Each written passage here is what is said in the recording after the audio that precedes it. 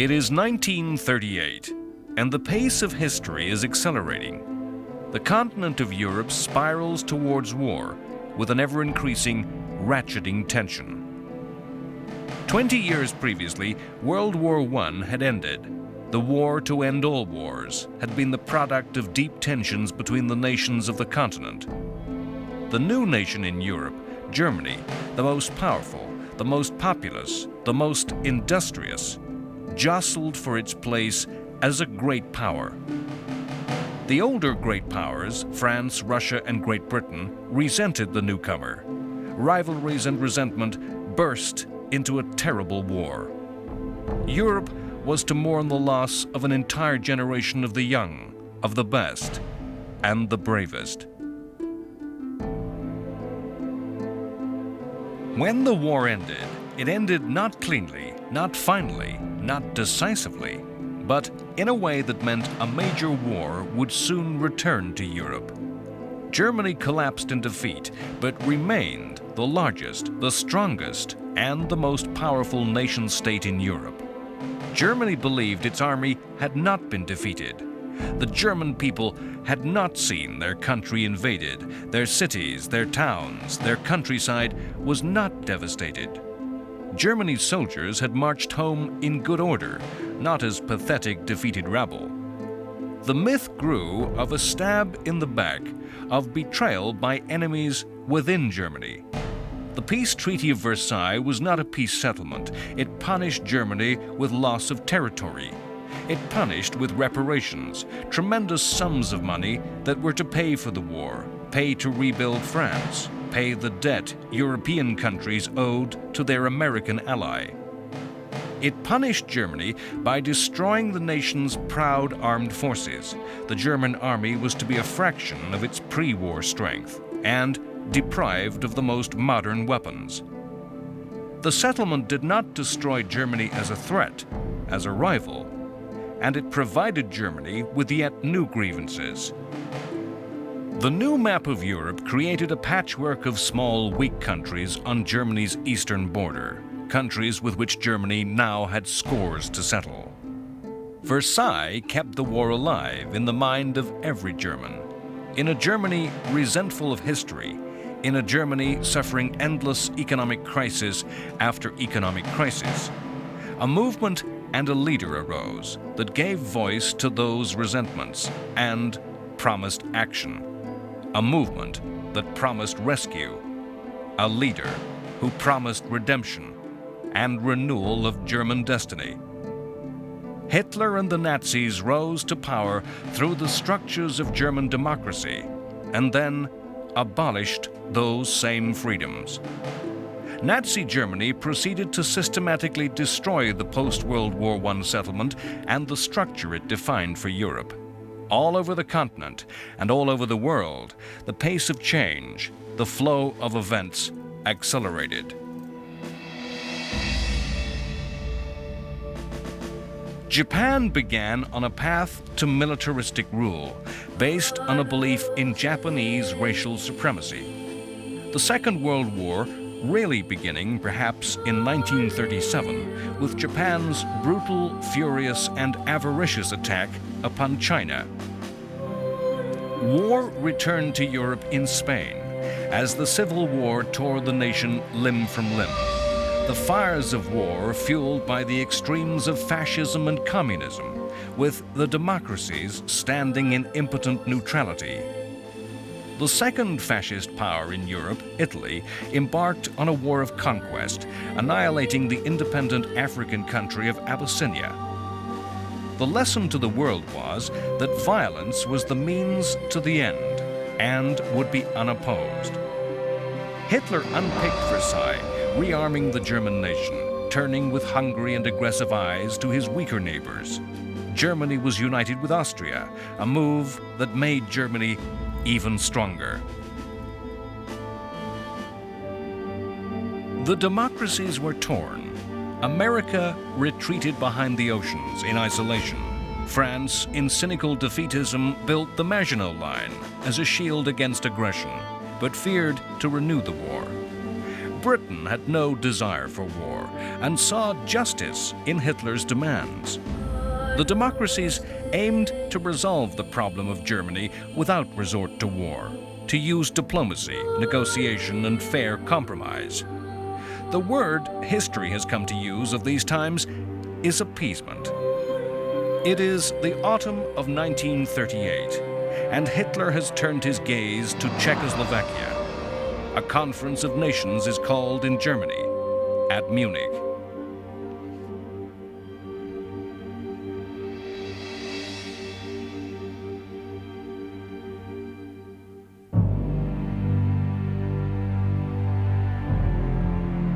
After the Anschluss, all of Europe knew that something else was going to happen, and knew that Czechoslovakia was going to be that something else.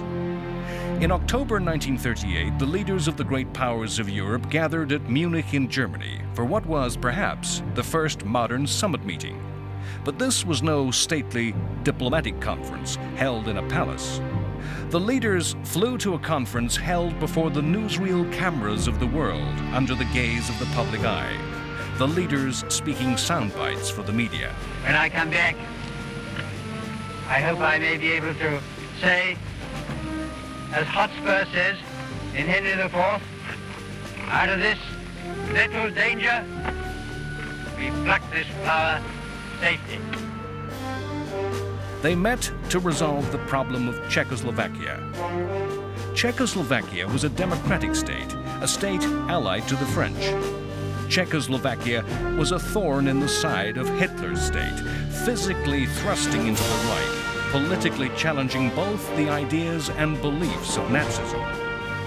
Czechoslovakia was an isolated state, with Germany between her and her French ally, and surrounded by states that were unfriendly. If the conference failed, if Hitler and the Nazis chose to act against Czechoslovakia, there could be no half measures on the part of Britain and France, no sanctions that would help, no supply of arms. To protect Czechoslovakia from Nazi aggression would need full general war in Europe.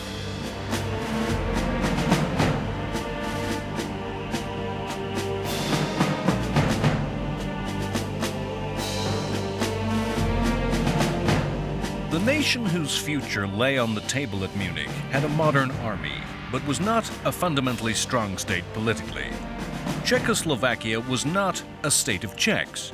The modern democratic society contained minorities of Slovaks and Hungarians, and, above all, Germans, the Sudeten Germans, a 3 million strong minority living in the areas adjacent to Germany. The Austrian Anschluss set these people afire with excitement. They were aflame, ungovernable, stirred by a call of history, destiny, and blood. The citizens of Austria abandoned democracy for nationalism.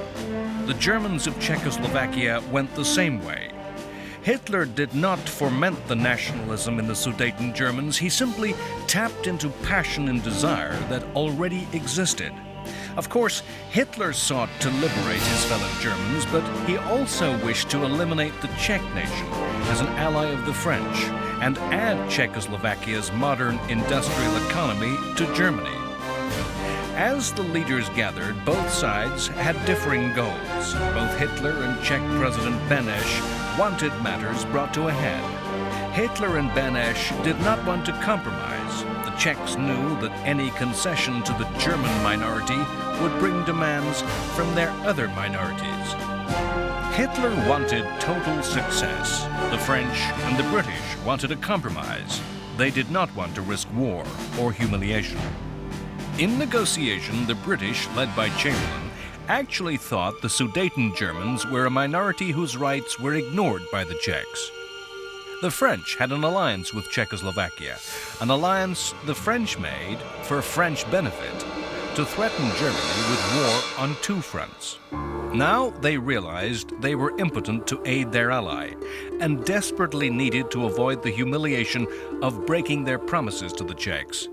Chamberlain reluctantly said, "If Germany did decide to destroy Czechoslovakia, I do not see how this can be prevented." The objective of Britain and France at Munich was not to restrain Germany, not to counter Hitler's ambition. It was to make the Czechs give ground, to make concessions that would prevent a general European war. The Czechs aggressively opposed concession. At one point, in the spring of 1938, they had mobilized their entire army and placed it against the German border, terrifying Britain and France. All throughout the summer of 1938, the great powers of Europe had circled round each other, guessing each other's intentions. Benesch thought that by defiantly raising the stakes, he could make Britain and France threaten war, and so make Hitler back down. Hitler, knowing Britain and France's reluctance to go to war, insisted on having his way, rejecting compromise after compromise, angrily accusing the Czechs of attempting to ethnically cleanse the Sudetenland, and insisted that the Sudeten people would only be safe as part of Germany. Chamberlain was certain of Hitler's good faith when the German promised that he had no further demands of Czechoslovakia than the liberation of the Sudeten Germans. The issue came to head with the international summit meeting held at Munich on September 29th. Hitler made no demands at this meeting. He waited for the proposals to be offered. The Anglo-French offer to Hitler was everything he asked, the Sudetenland to be incorporated. Chamberlain firmly believed that the incorporation of the Sudeten Germans was the right thing to do, and believed Hitler when he said that he had no desire to rule the Czechs. The Czechs were told that if they did not accept, they, the Czechs, would be responsible for the war and could expect no help. The Czechs signed, and the Sudetenland became part of the German Reich.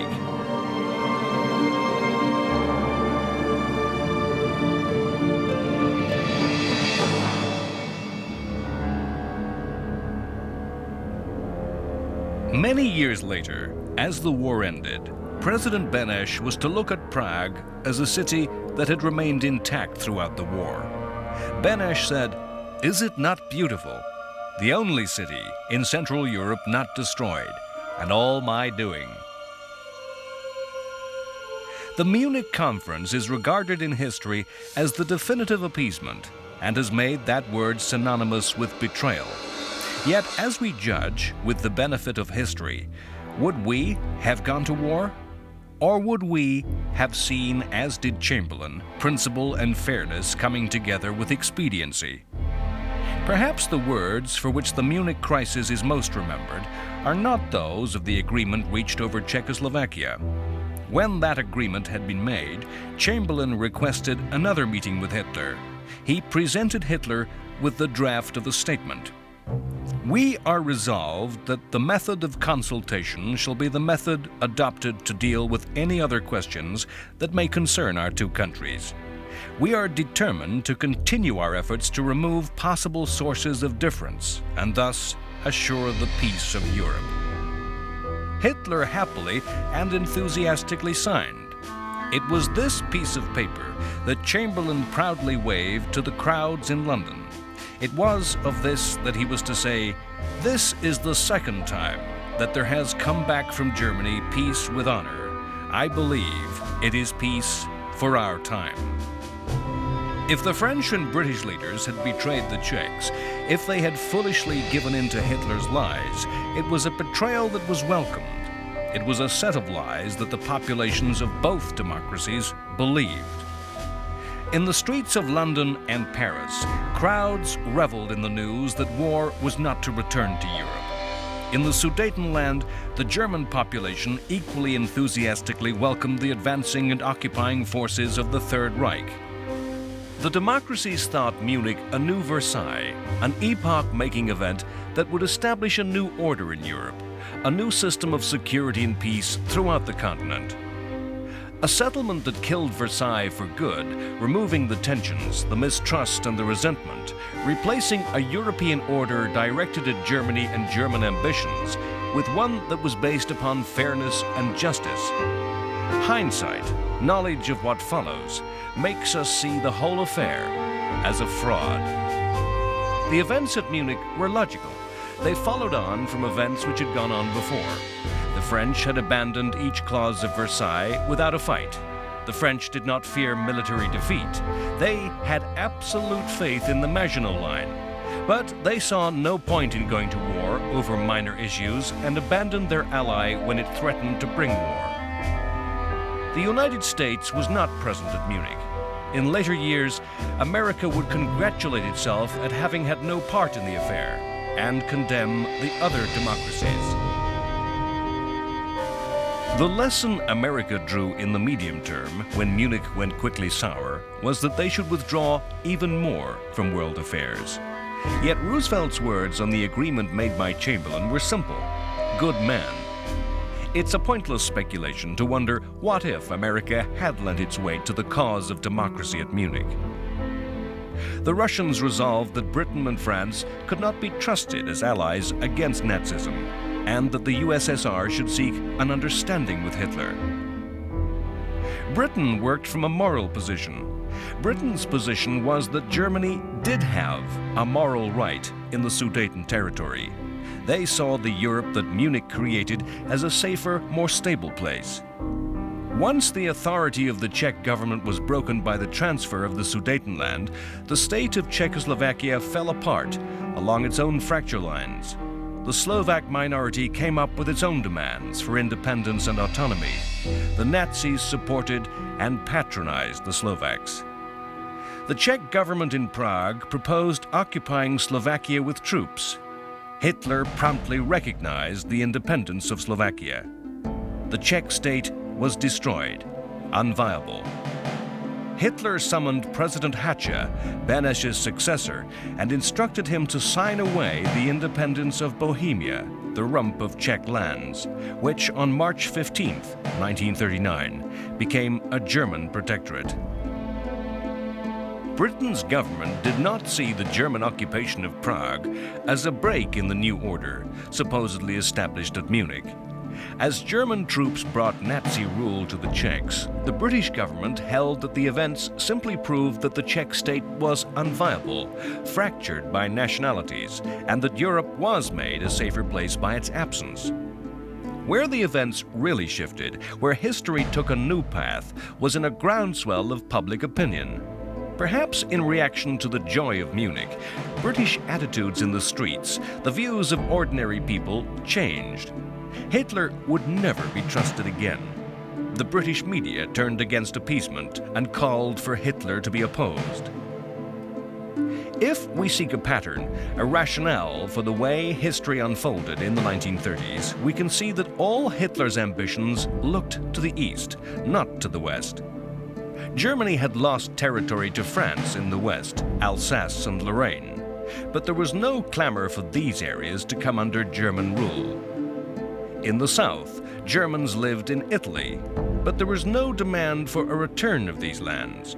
There was no call for southern Germans to return to the homeland. All the avarice, all the ambition was directed east to Austria and Czechoslovakia. Hitler believed it to be the destiny of the German people to expand eastward. The peculiar Nazi view of the world envisaged a future world that was largely agricultural and saw a German Aryan territory spreading out eastwards into living space, Lebensraum. This spreading of Germany would displace other peoples. Hitler saw this expansion as eastward into the vast spaces of Russia and the Ukraine. When the Nazi troops completed the annexation of Czechoslovakia on March 15, 1938, within days, German diplomats renewed demands of Poland that the city of Danzig be returned to Germany and that Germany be given a rail and road link to East Prussia, a German corridor across the Polish corridor. Danzig was a German city. The corridor was German land, lived in by Germans, given to the new state of Poland at the end of World War I. The Poles rejected the German demands out of hand. The British government almost immediately offered Poland an alliance.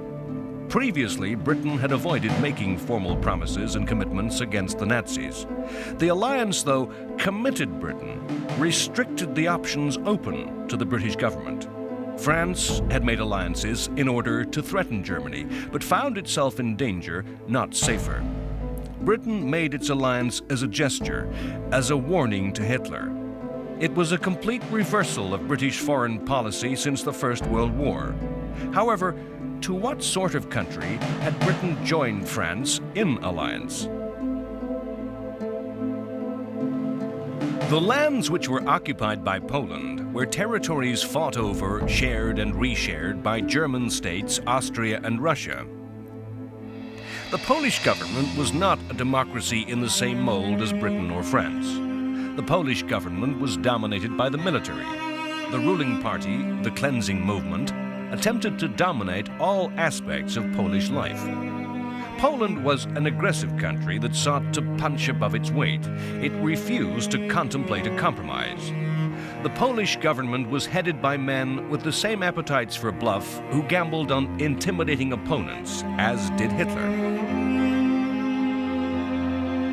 World War II was the unfinished business that remained from World War I. Much of that unfinished business lay between Germany and her former enemies, and between Germany and the smaller countries in the East. Poland had its own unfinished business with Russia, or rather the Soviet Union.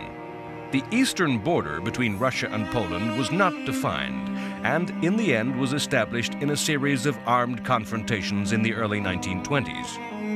If Hitler had ambitions in the East, it would be true that Poland equally looked to Soviet territory with envy. The climate of aggression was hardening all over the continent of Europe. In the spring of 1939, Italy invaded and occupied Albania.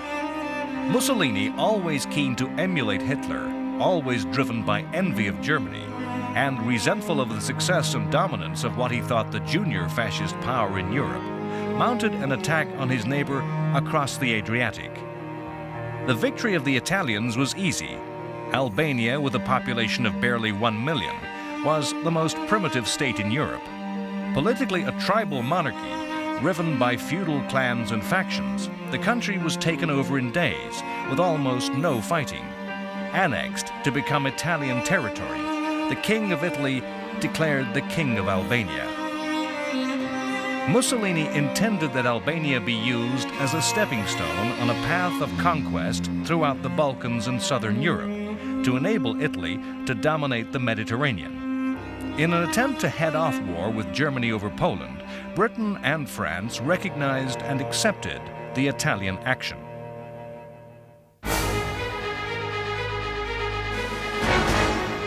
In the steps to war in these last months of peace, the Soviet Union, so distant and removed from much of European affairs throughout the decade, became increasingly involved. If Hitler was the prime mover of war, the originator of the events that impelled the continent to conflict, it was Stalin that opened the door for Hitler to walk to war. With the conflict over the Polish corridor in Danzig, Hitler's aggression and ambition finally began to impinge on Stalin and the Soviet Union. Britain and France saw the Soviet Union as the key to deterring war against Hitler. British Prime Minister Chamberlain and French Premier Daladier knew that if Hitler chose to fight in Poland, their alliances with Poland would be of little practical help. Poland was as isolated as had been Czechoslovakia. They could not move forces into Polish territory. They could only threaten war from the west.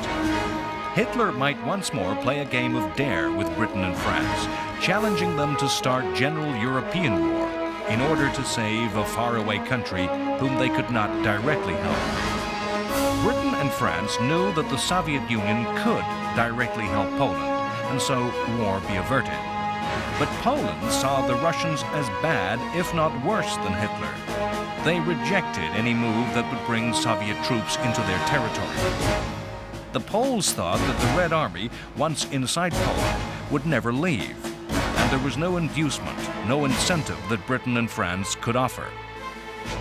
Too often, histories use the language of the gambler in describing the actions of leaders. In Hitler's case, nothing could be truer. With the benefit of history, it is hard for us to remember that the leaders of all the powers in 1939 had little idea of what each other thought. To tell what we today call spin, propaganda, from what was truth.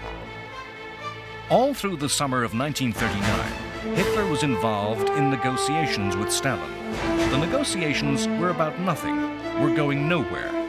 Neither Hitler or Stalin would say what they wanted.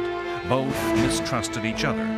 Both knew they represented political systems which were incompatible and could not coexist in peace.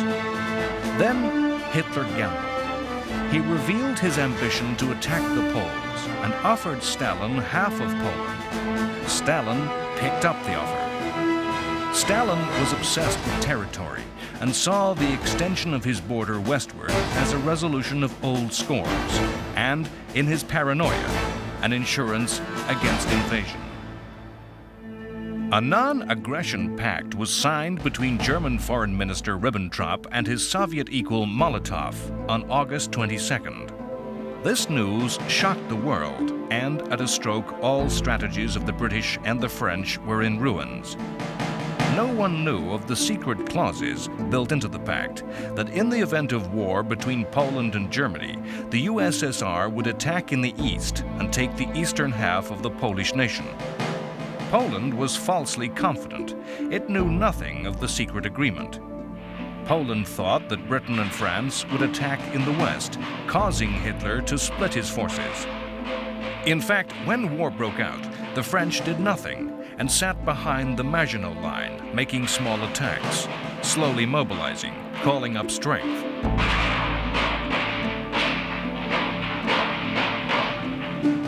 The British were organizing the movement of their army across the sea.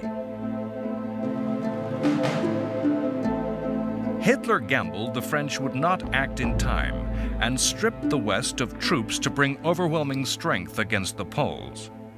He planned a campaign so fast the French and British would be forced to watch helplessly as Poland was destroyed.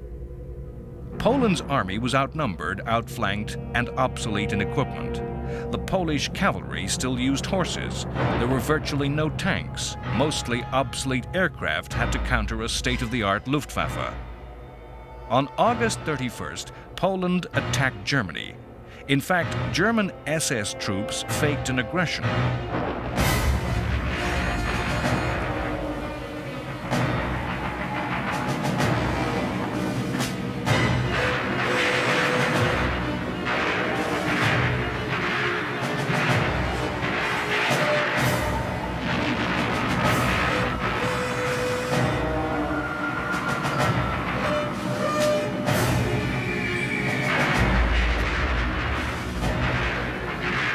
By the end of the next day, the Polish Air Force had been destroyed and the German army was deep into Poland. On September 3rd, France and Britain demanded Germany withdraw from Poland. War broke out, and British Prime Minister Chamberlain made an announcement that revealed a bitter disappointment that he had failed to prevent war from returning to Europe. I am speaking to you from the Cabinet Room at 10 Downing Street. This morning, the British ambassador in Berlin handed the German government a final note stating that unless we heard from them by 11 o'clock, that they were prepared at once to withdraw their troops from Poland, a state of war would exist between us. I have to tell you now that no such undertaking has been received, and that consequently this country is at war with Germany.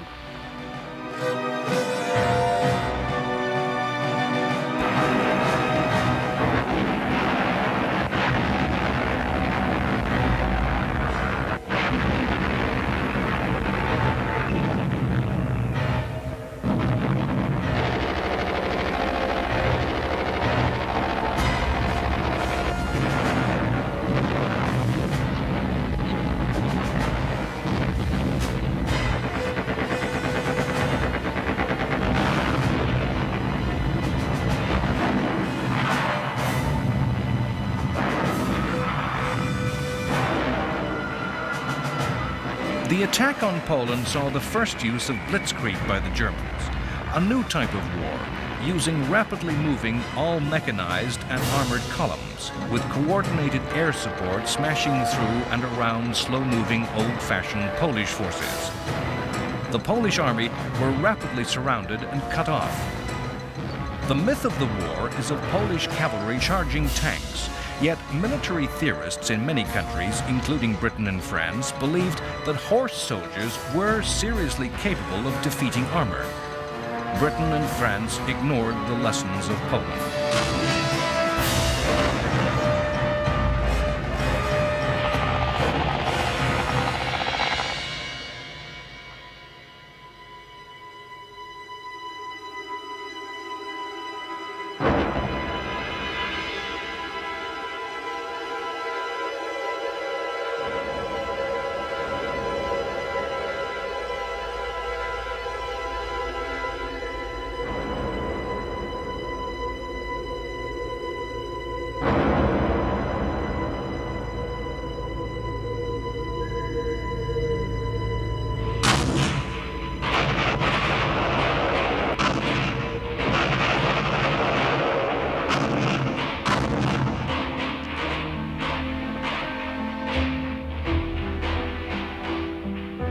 By October 6th, all Polish forces had surrendered. Cynically, the Russians waited until it seemed certain that Germany would triumph, and finally moved on September 17th. The German victory was stunning. In less than 1 month, at a loss of less than 14,000 dead, the Poles were defeated. Britain and France were shown as impotent.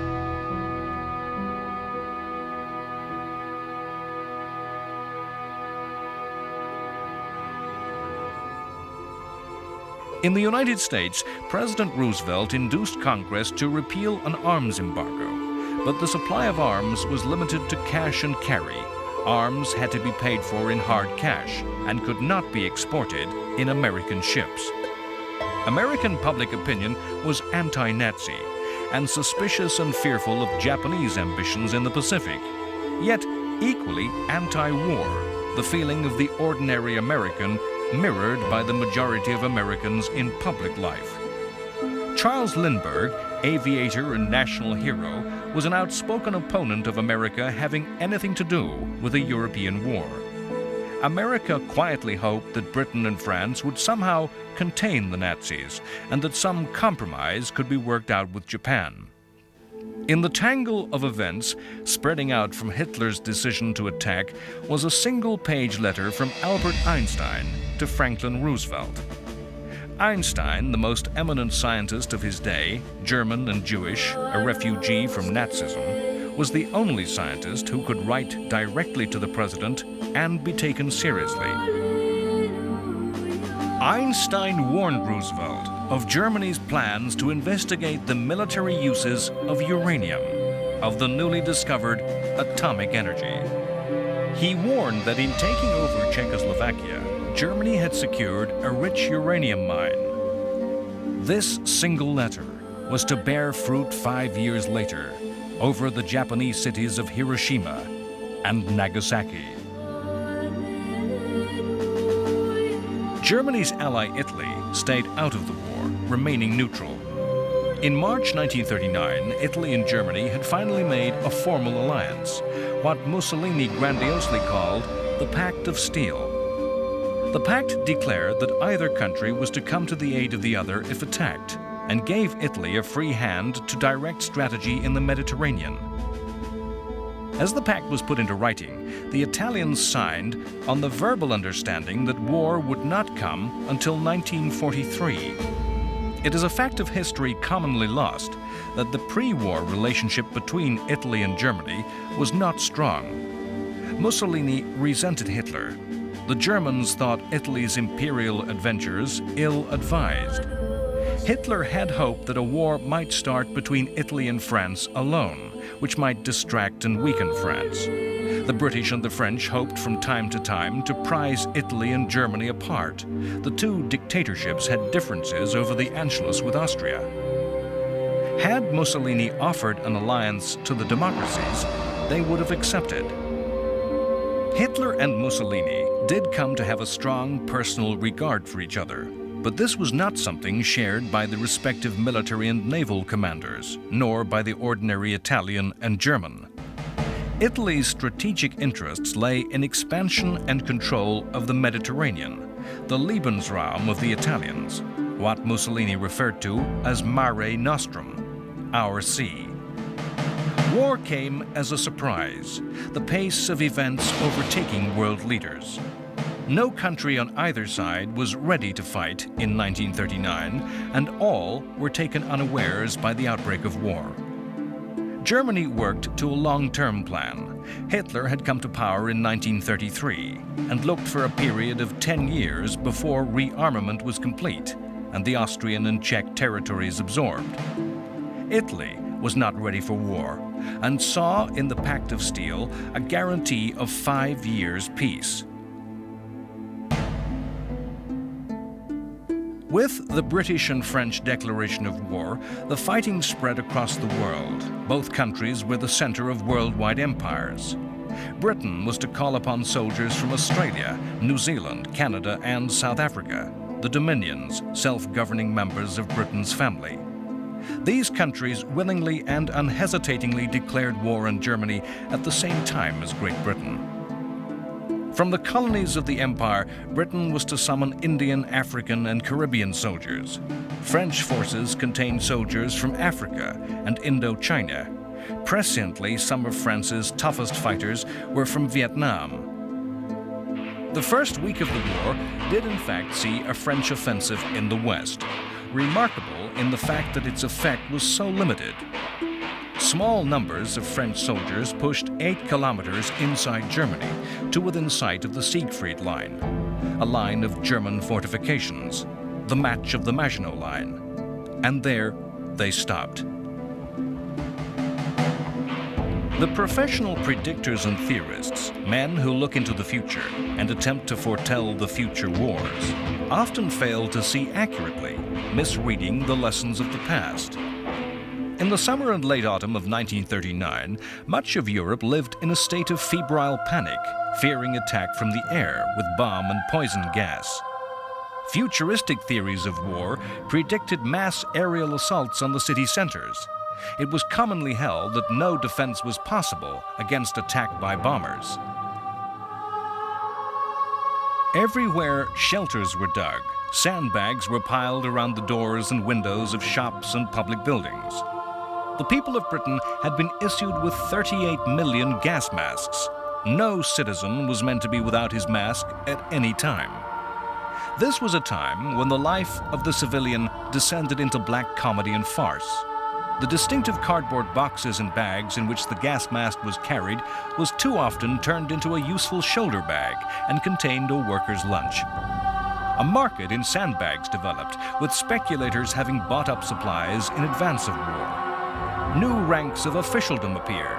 Air raid wardens patrolled the streets. They were to warn of gas attack by using children's rattles. They enforced a strict blackout at night, ensuring no light showed that could guide enemy aircraft. An immediate reaction to the outbreak of war and the fear that aerial attack was imminent was the mass evacuation of children from cities to safe areas. By the evening of September 3rd, nearly 1.5 million children, mothers of infants and pregnant women, had been moved to safety.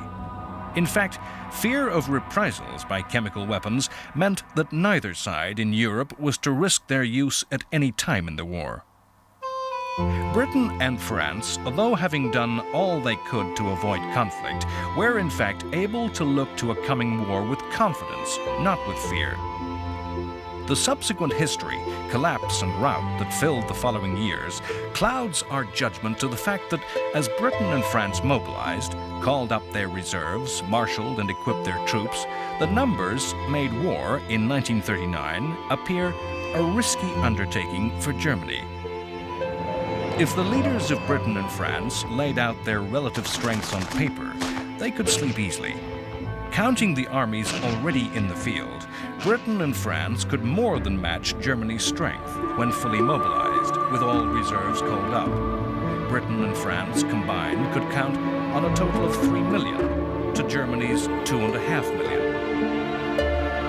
Even though Poland's 2 million strong army had crumbled and Germany could now bring all its strength to the Western Front, Britain and France could feel confident. The British Royal Air Force and the French Air Force combined were the equal in number to the Luftwaffe.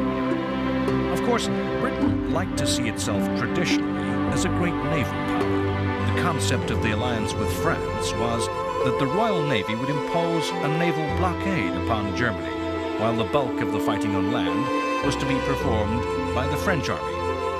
The Royal Navy was then the largest in the world.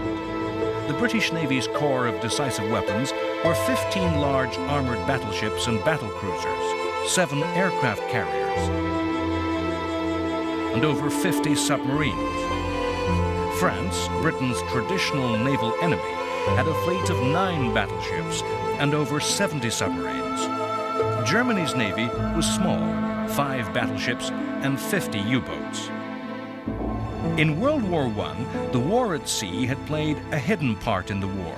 The German submarine campaign had nearly forced Britain from the war, destroying the imports of food from the empire, which Britain needed to feed its population. In the later years of World War I, a fierce blockade by the Royal Navy had caused famine amongst the German population. Britain was vulnerable because so much of her food and materials came over long, extended sea lanes.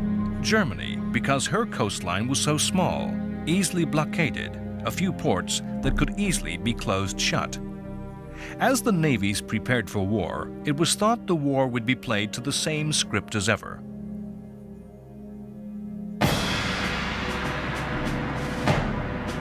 The pride of navies everywhere was the battle fleet, a fleet of large, fast, heavily armored and heavily gunned battleships. The number and size of these vessels was taken as a measure of the virility of each nation. On these measures, the cards were stacked heavily against Germany. In World War I, the battle fleets of Britain and Germany had met for only a few hours. No lesson had been learnt as to the value of the big gun ship. In between the wars, the size of the fleets and the size of the ships in those fleets were limited by international treaties. The coming war was to show that the battleship was no longer the capital ship, the decisive weapon of naval warfare. Aircraft were to make these ships too vulnerable to attack. A few cheap aircraft made on the production line in weeks could easily destroy a major warship that could take years and massive sums to rebuild. But this was not clear in 1939. Only some navies realized the true value of aircraft and the aircraft carrier. In the long-term plans of Germany, a series of large warships, such as the Bismarck, were built to threaten Britain. Aircraft carriers were built for some future war against the USA.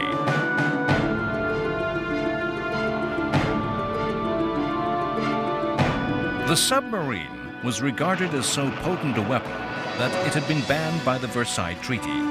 The submarine as U-boat is forever associated in mythology as the definitive Nazi weapon. Yet, as with all navies, the submariner was regarded as a second-class sailor by big ship admirals and had to face a struggle to establish their worth. In 1939, as war broke out, the British Navy was placed by Chamberlain in the hands of Winston Churchill as the grandly titled First Lord of the Admiralty. Amazingly, Churchill had held the same job in the First World War. Churchill had been the sternest critic of the government in the pre-war years as a maverick in the political wilderness, calling for more arms and a military response to Hitler. Churchill had lost office in World War I through strategic adventure, impulsive, wild schemes, particularly in Turkey, that had cost many thousands of lives in a failed operation. Returning to office, these traits re-emerged. He showed tremendous energy in organizing and preparing the British Navy for war, but a series of wild schemes began to emerge, again to draw Turkey into the war. to incredibly place mines in Germany's rivers, to attack neutral shipping and ports, particularly those of Norway and Sweden, who were supplying important raw materials to Germany. Early on, in taking office, Churchill received a personal letter from American President Roosevelt. Roosevelt invited Churchill to keep me in touch personally with anything you want me to know about. The personal relationship between these two men, bypassing the administrations and structures of their respective countries, was to be of crucial importance in the coming years. As the Poles succumbed to defeat and occupation, Hitler offered Britain and France peace. He claimed to have no quarrel with France and desired active friendship with Britain. He called the war in the West a senseless waste of life and proposed a conference of the great powers that would create a new system of peace and security. He was rejected.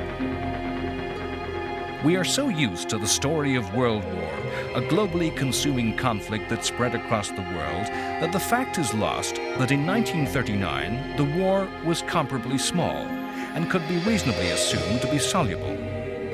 In Europe, in October 1939, Britain and France were at war, as were Britain and France's overseas colonies. Germany was at war. Poland, an occupied, defeated country, sliced up and lost. The Balkans were at peace. Some were pro-German, like Romania and Hungary. Some were pro-British, like Yugoslavia and Greece. Italy, Germany's ally, remained neutral.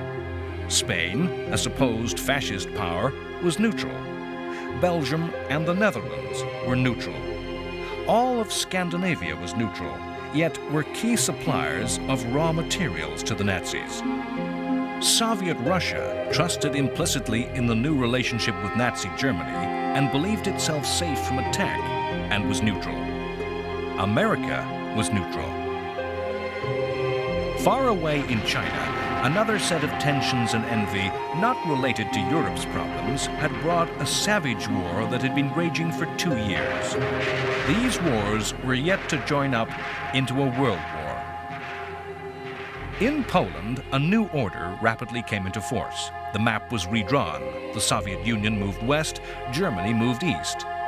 In holy Polish lands, those occupied by Germany and Russia, a fearful night of occupation descended. Soviet forces imposed a communist rule.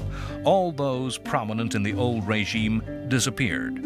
Over 4,000 of Poland's army officers died in a bloody massacre by the Soviets.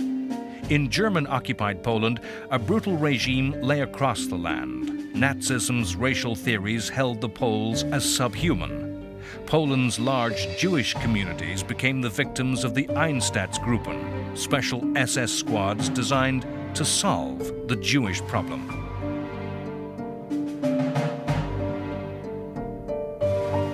Freed of any fear of attack from the east, German will and forces turned to the west and began to assemble its might against the democracies. Yet, as the war settled into its third month, a strange calm descended in Britain and France. The shock of Poland's defeat receded. The aerial devastation by gas and bomb did not materialize. History was to name this period, with supreme irony, as the Phony War. Next time on World War II, The Complete History. The war is fought in remote and distant places. At sea, huge ships engage in conflict. The British Navy corners the German battleship Graf Spee and forces her captain to scuttle his ship rather than face certain destruction. In the winter snows of Finland, the Soviet Union takes advantage of the new situation, invading, seeking to conquer the smaller state. The tiny Finnish army runs rings round the Russians amidst the forests and lakes. To the people of Britain and France, the war seems far away. It is the unreal war, the phony war. In the fields of northern France, a new British expeditionary force, in name and appearance so like its predecessor of 1918, takes its place alongside the French. It is the army that fought the Somme, Ypres, and Passchendaele, reborn. To the south, the French man and reinforce the Maginot Line, their new Verdun, an impregnable fortress which the Germans shall not pass. The world awakes from the dream of the phony war to the nightmare of reality. A bold strategic occupation of Norway brings Britain and France into direct contact with German forces for the first time. The result is fiasco, as British forces fall back in retreat. As a result, the British government falls and is to be headed by a man of destiny whose time has come, Winston Churchill.